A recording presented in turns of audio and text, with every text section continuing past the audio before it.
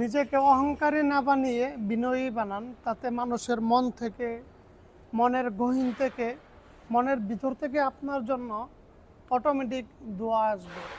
আর যদি আপনি অহংকারী হন, তাতে আপনার ক্ষতি হবে। আপনি অহংকার করে কি করবেন বলেন? আপনি যদি মারা যান, আপনার ফেস কিংবা আপনার চেহারা দেখতে অনেকে যাবে না, কারণ ভয় পাবে বলে, যে তাকে দেখিস না, আমি দেখার পর খারাপ লাগতেছে, তোরা কেউ দেখতে যাইস না, মানা করবে অন্য মানুষরা, যাতে আপনাকে দেখার পর সে রাতে ভয় না পায়, কল্পনাতে যাতে আপনি না আসেন। আপনি এত কিছু জানেন, এত কিছু ভাবতেছেন, এত কিছু বুঝেন, তারপরও কেন আপনার নিজেকে নিজে বুঝান না?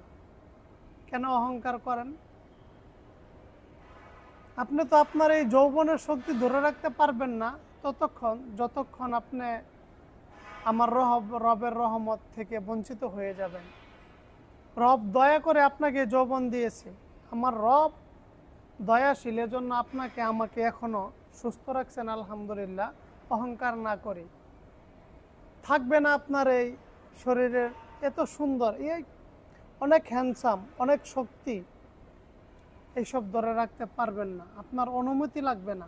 আপনার অনুমতি ছাড়া আপনার গালের টলটলে সুন্দর, আপনার বডির যে স্কিন, যে সুন্দর চামড়া, যেটা নিয়ে আপনি অহংকার করেন, আপনার অনুমতি ছাড়া এটা জমে জমে যাবে, ফুটো হয়ে যাবে, সৌন্দর্য নষ্ট হয়ে যাবে।